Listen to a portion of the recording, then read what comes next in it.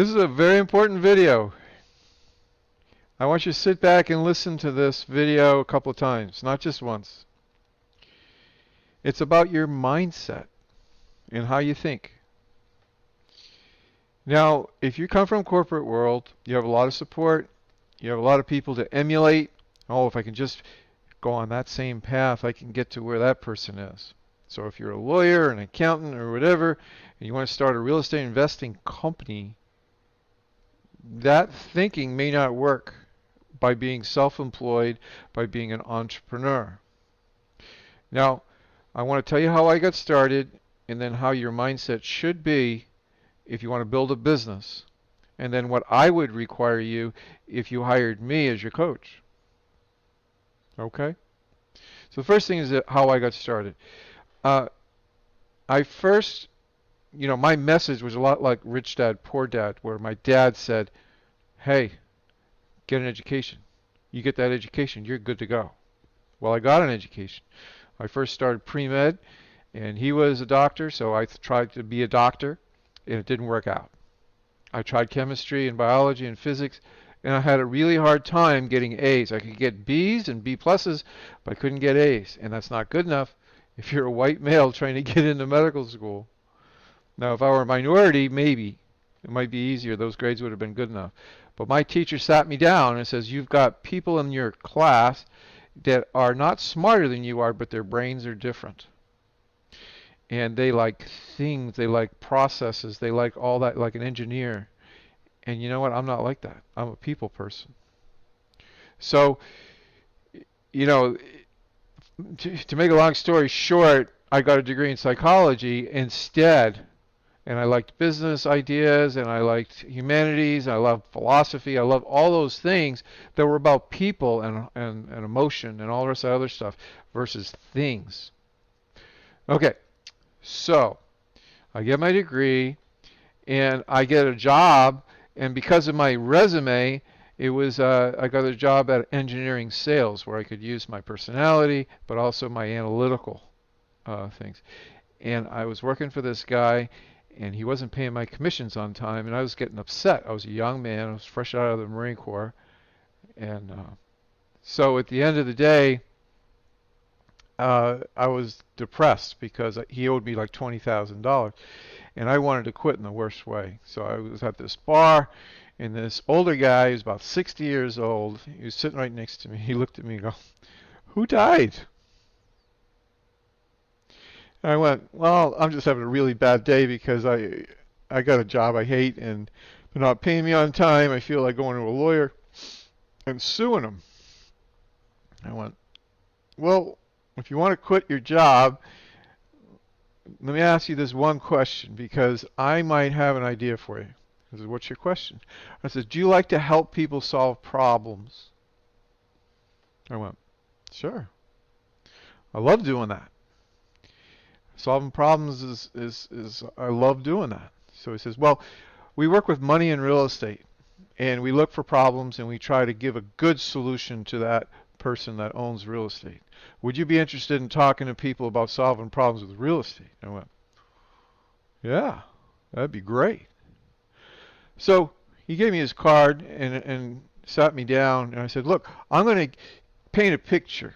You're in foreclosure, but you're not in real trouble. You're 3 months behind, and you owe, $190,000, and the property's worth 200. Not a lot of equity there. I'm going to present to you a solution. And he showed me how he did that, and he showed me the paperwork that he would sign up. It was only a letter of intent to purchase. That's all it was. It wasn't a sale and purchase agreement. It wasn't very complicated. It was something that everybody could understand, even if they didn't speak English as a first language. It was easy. I said, I can do that, no problem. I said, okay. Says, but before you go out on appointments, I want to make sure you can do it with me and a couple other people in the office, because if you can do it with us in a safe environment like this, then you can go out in the public and feel confident, right? He says, yeah. So it took me about a week to learn that presentation. And then when I went out to real people, I was nervous. Boy, I screwed up the first couple of them. I said, I'm going to get fired. I don't know what I'm doing. And my boss's name was Glenn, and he said, Glenn said, Brian, don't worry about it. Everybody gets nervous in the beginning. If you weren't nervous, you wouldn't be a responsible person. You'd just be an irresponsible person. You don't give a shit. So you care about doing it right, and that's fine. Now I want you to go back in the office and do it a couple more times with me, and then go back out in the field and start getting better, okay? Because I know you can do it. You're a smart guy. So I went back out, and you know what?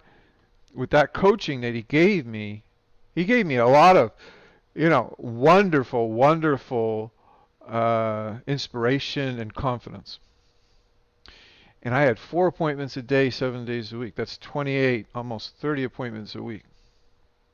So if it was 30 times 4, that's 120 a month. After my first month, I was almost cocky. I was almost like, I can do this in my sleep. But here's the issue.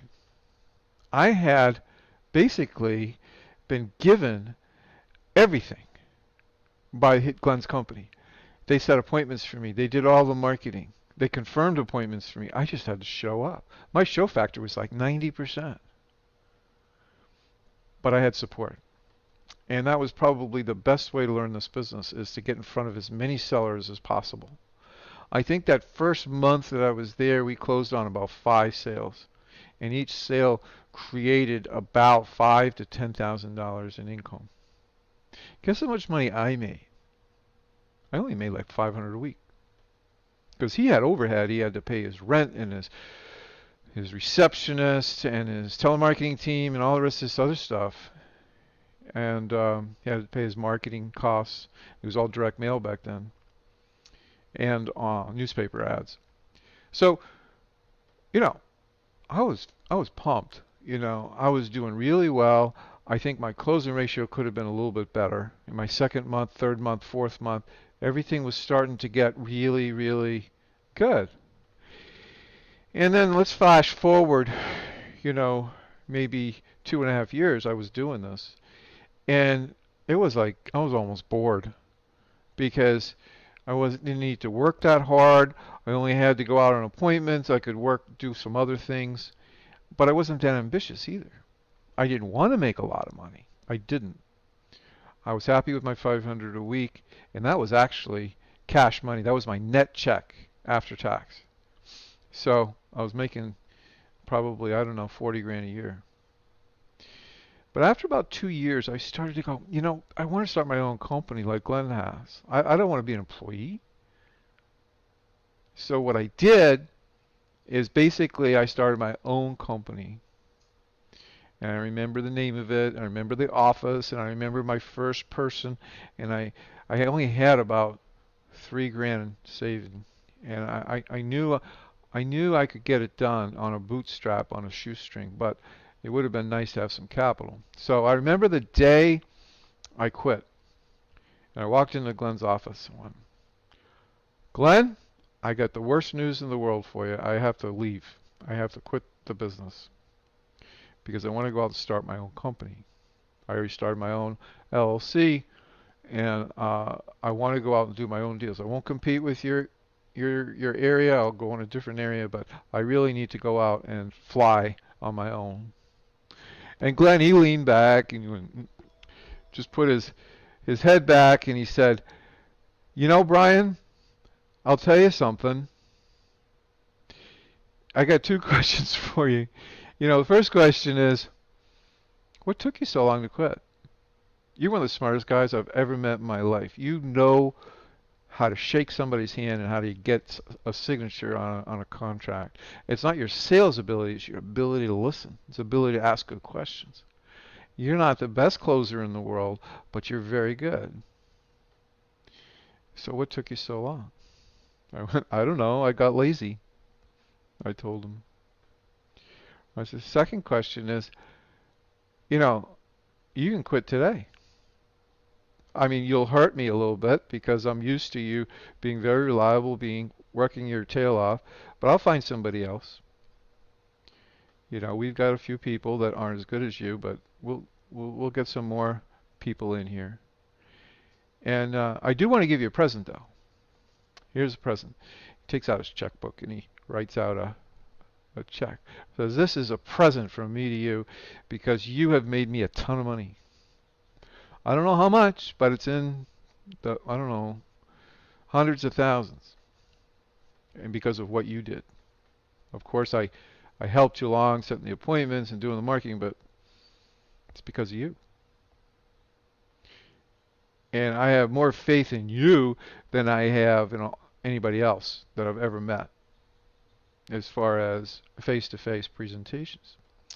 So I said, thanks a lot, Glenn. So he cuts out me a check, and he puts up in my shirt pocket, I had a formal business shirt and a pen, and he put it right in my pocket there. He taps it, and he says, Brian, do not look at that check until you get out in your car. Promise me. And the other promise I want you to make to me is if you have a deal that you cannot close, you can't close it, I want you to call me and we'll split the profits 50-50. How's that sound? Pretty good? You went, fantastic. So how did I get started after that? Well, first of all, let me tell you about that check. Go out in my car, and I went, boy, that was easy. I thought that was going to be terribly hard because I've seen Glenn get really upset. So I sat down, I pulled out the check, and I went, $15,000 he gave me. 15 grand. I was blown away. I had like 4 or 5 months expenses on my business for that. That really helped me get started. So having some capital really does help in this business. You can't, that was back in 1986. That's like 40 grand today. All right. So, I started my own company. I worked out of my apartment at the time. I was 25 years old. I was fresh out of the Marine Corps. But I knew exactly what to say. I knew exactly what to do. Put in a few ads.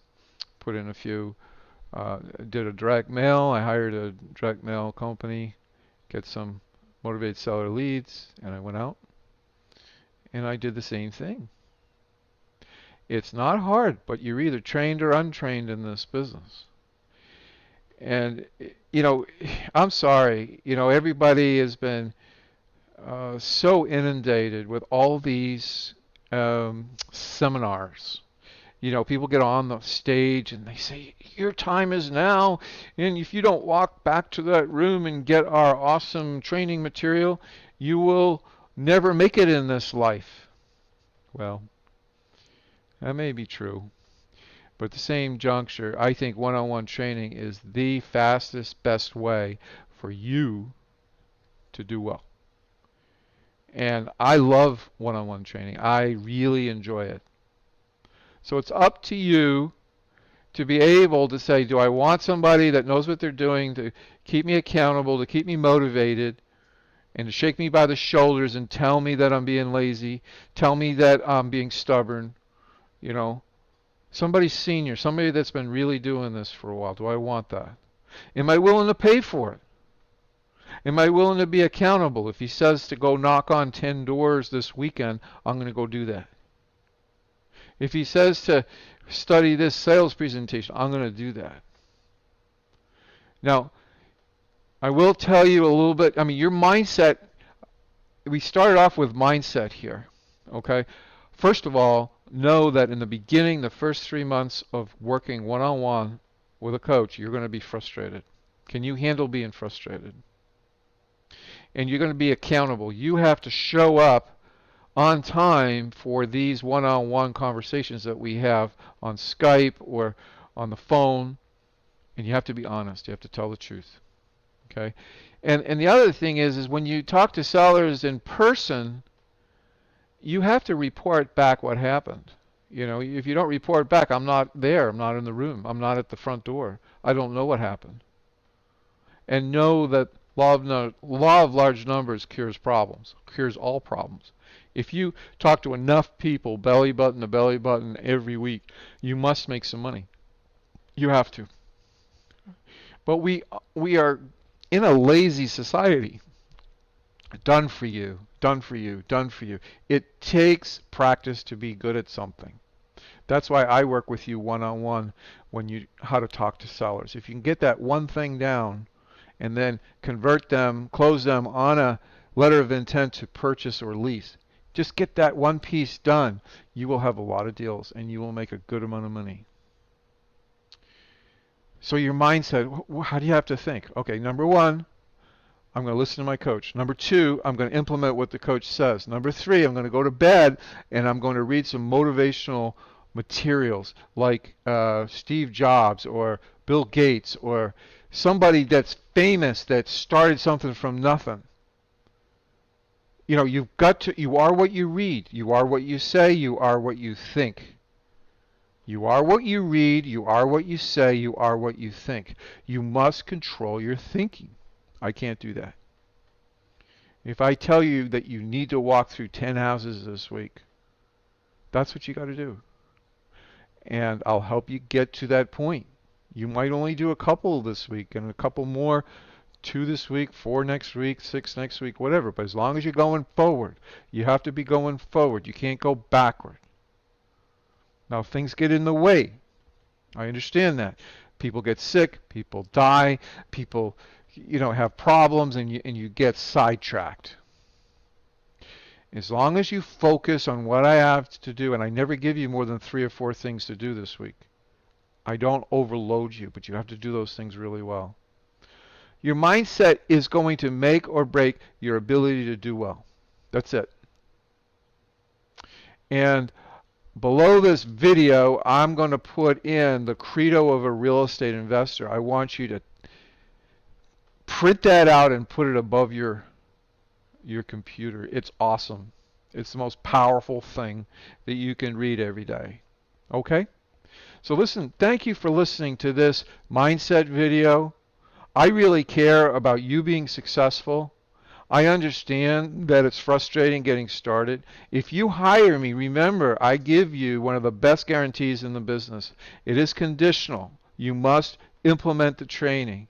But after 12 months, if you focus on what I've trained you with, and it hasn't worked, it has not created enough money to pay off your training in full.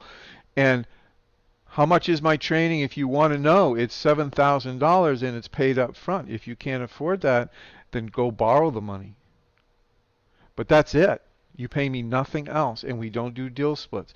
If you go look at Freedom Mentor is $15,000. If you go to Rich Dad Poor Dad is $30,000. If you go to Fortune Builders, they're $20,000. $7,000 is not a lot of money, and that's for 12 straight months. It's like going to college.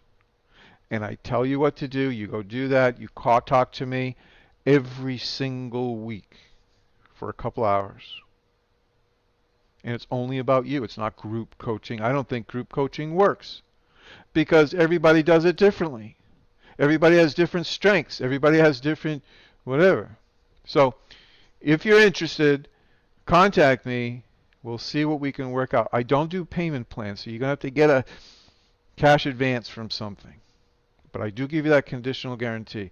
If you do not make $7,000 with what I teach you, I will refund your money in full because I have failed you. But it's conditional doing the work.